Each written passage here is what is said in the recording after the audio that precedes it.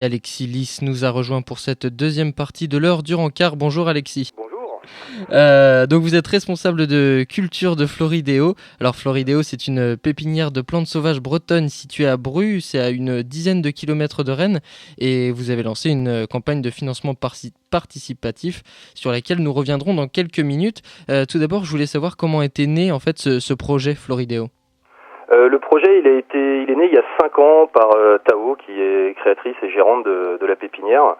Elle faisait des études d'éco-conceptrice à l'époque, où elle s'est recyclée là-dedans, et lors de ces études, elle a constaté, de par les intervenants de la formation, qu'il y avait un réel manque pour fournir les plantes sauvages indigènes avec une génétique locale. Il y a une grosse demande là-dessus aujourd'hui, mais il n'y avait personne pour fournir. Elle a donc décidé de se lancer là-dedans. Voilà, donc ça a commencé au début pour trouver toutes les génétiques locales, donc aller récolter les pieds-mères, aller récolter les semences en Bretagne dans le massif armoricain dans son ensemble, les multiplier et pouvoir les reproposer par la suite à tout le monde. Et donc c'est comme ça que s'est développée votre activité jusqu'ici ? C'est ça, l'activité s'est développée de plus en plus, on est en plein boom en fait, puisque c'est un contexte finalement même politique et sociétal qui est en train de se passer. Il y a la loi zéro phyto qui est en train d'arriver, donc interdiction d'utiliser des produits phytosanitaires pour les communes et les particuliers.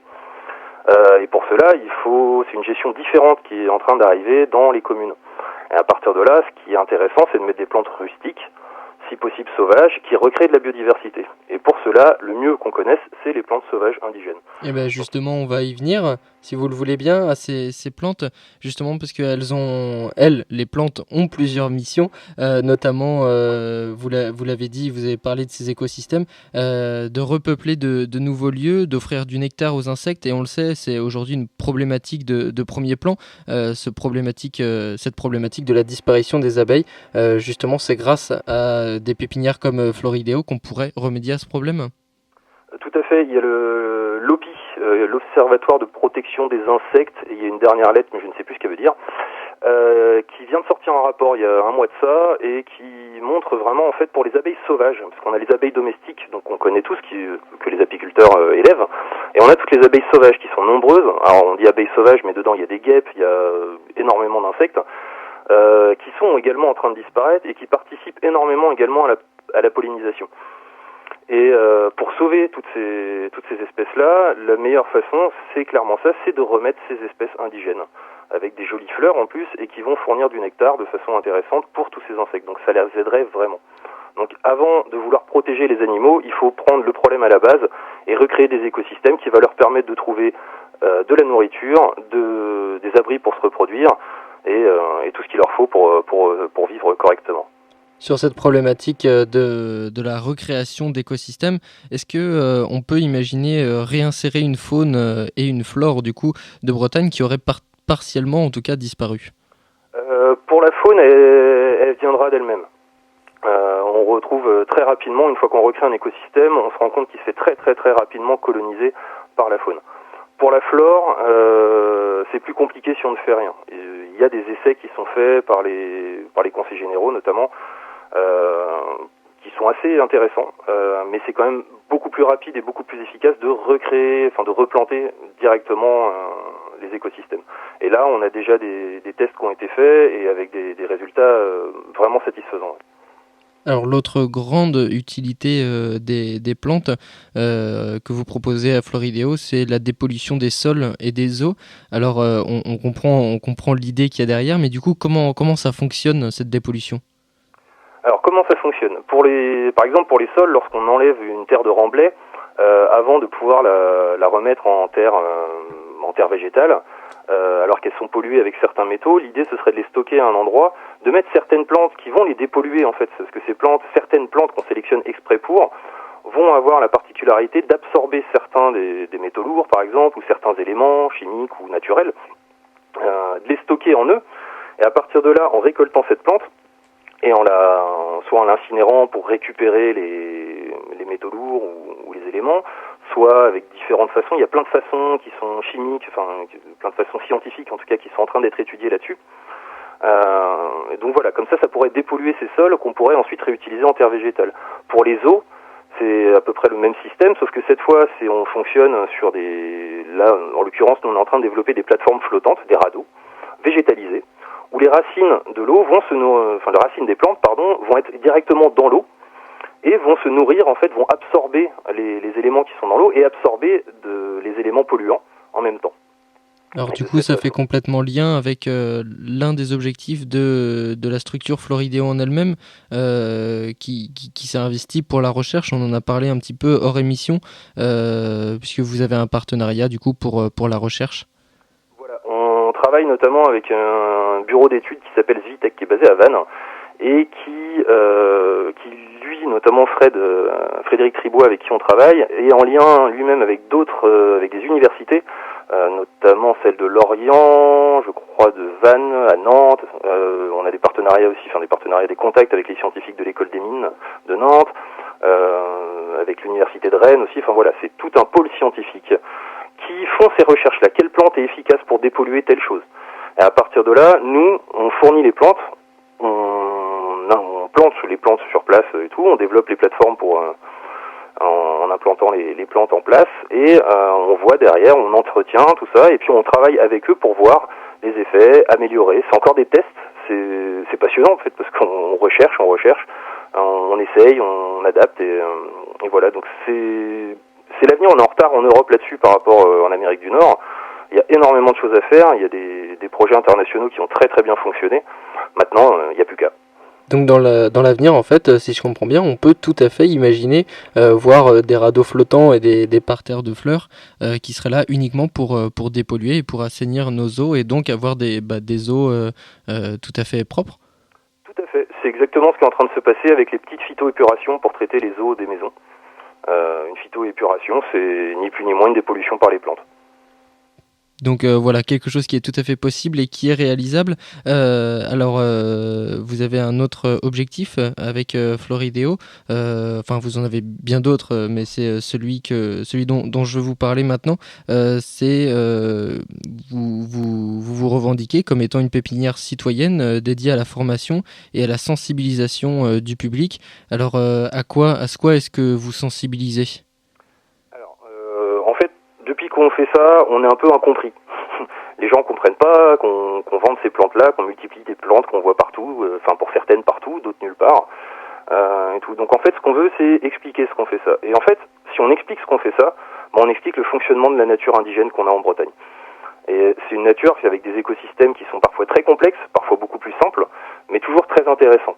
Et qui vivent toujours, là où c'est complexe, c'est que c'est toujours en harmonie avec plein de choses. Et voilà, nous ce qu'on veut, c'est vraiment essayer de parler de notre passion déjà, et essayer de sensibiliser les gens à ça.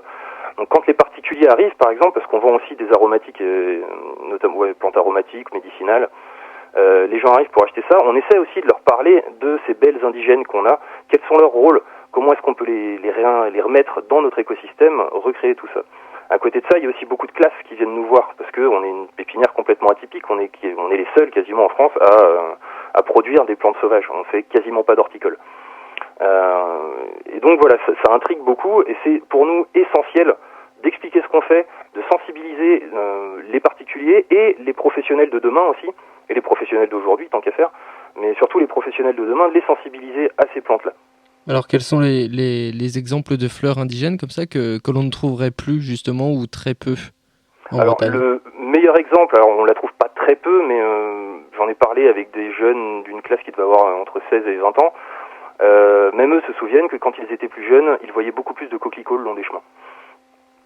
C'est une plante emblématique pour en tout cas toute ma génération. Tous les enfants connaissent le coquelicot, tout ça, mais elle est devenue beaucoup plus rare qu'avant. Donc nous parle pour toutes les plantes annuelles, donc qui ont un cycle d'1 an. Donc on va avoir les coquelicots, les bleuets, les chrysanthèmes des moissons, les agnelles des blés, toutes ces plantes-là qu'on ne voyait quasiment plus. On commence à les voir réapparaître dans les prairies fleuries.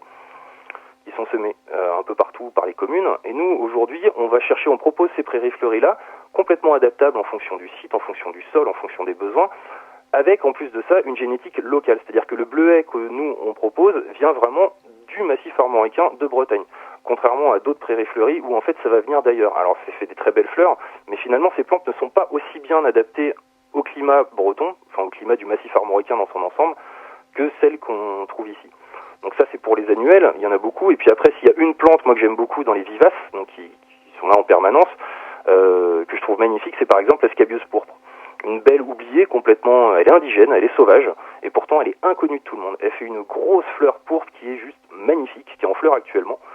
Et voilà, donc ça fait partie de ces fleurs, il y en a bien d'autres bien sûr, mais ça fait partie de ces fleurs qu'on essaie de remettre au goût du jour et de proposer aussi bien aux particuliers, aux communes, aux professionnels, pour tout simplement les mettre dans les aménagements d'espaces verts. Alors votre développement a atteint aujourd'hui un seuil ou en tout cas une nouvelle dimension puisque vous faites appel au financement participatif. Vous avez une campagne Ulule qui est en cours. Alors quels sont les objectifs de ce financement participatif ? Voilà, là on veut grossir un peu, on veut pouvoir répondre à la demande et pour ça on a besoin d'un outil de production plus gros que ce qu'on a à l'heure actuelle. Et donc, on a lancé cette campagne pour pouvoir obtenir, en restant le plus loin des banques possible, on va dire, une serre de production, donc qui nous permettrait en fait de pouvoir produire des plantes en pot de façon plus efficace, parce que pour l'instant, on manque cruellement de place en serre. Et donc, pour nous, c'est essentiel d'avoir cela. Également un tracteur avec des outils pour le travail du sol, sachant qu'on a un sol qui est très particulier parce qu'on est dans une zone plutôt humide. Et donc voilà, on voudrait un tracteur un peu spécial avec des outils adaptés à ce sol et qui pourrait nous permettre de vraiment planter nos rangs de pieds-mers en rang en plein champ et avoir beaucoup plus facilement nos semences et les divisions des plants. Et puis le dernier volet, ce serait une serre de recherche en partenariat justement avec Zitech où on pourrait faire des tests vraiment de dépollution des plantes. Avoir une sorte de mini-laboratoire sur place pour pouvoir les échantillons, voir ce qui fonctionne, ce qu'il faut adapter, ce qu'il faut améliorer. Alors aujourd'hui, on en est à la première phase en fait de cette campagne Ulule. On en est à 12 500 euros sur les 21 200 qui doivent être alloués pour une serre de production. C'est cela. Et donc, il nous reste peu de temps en fait. Il nous reste seulement jusqu'à samedi à 23h59 pour arriver à 21 280. Le principe de financement participatif, c'est que si on n'atteint pas ce palier de 21 280 euros, on n'a rien. Voilà, tout est rendu. Voilà, tout est rendu à tous ceux qui ont fait des dons. Pour l'instant, il y a 225 contributeurs qui nous ont fait confiance, 225 particuliers qui nous ont aidés, qui nous ont donné de l'argent. On arrive donc, voilà, on est à 60% et tout. Il nous reste 8 000 euros à trouver en 5 jours. C'est faisable, mais pour ça, on a besoin de tout le monde. Le moins de petits dons est pour nous un vrai cadeau.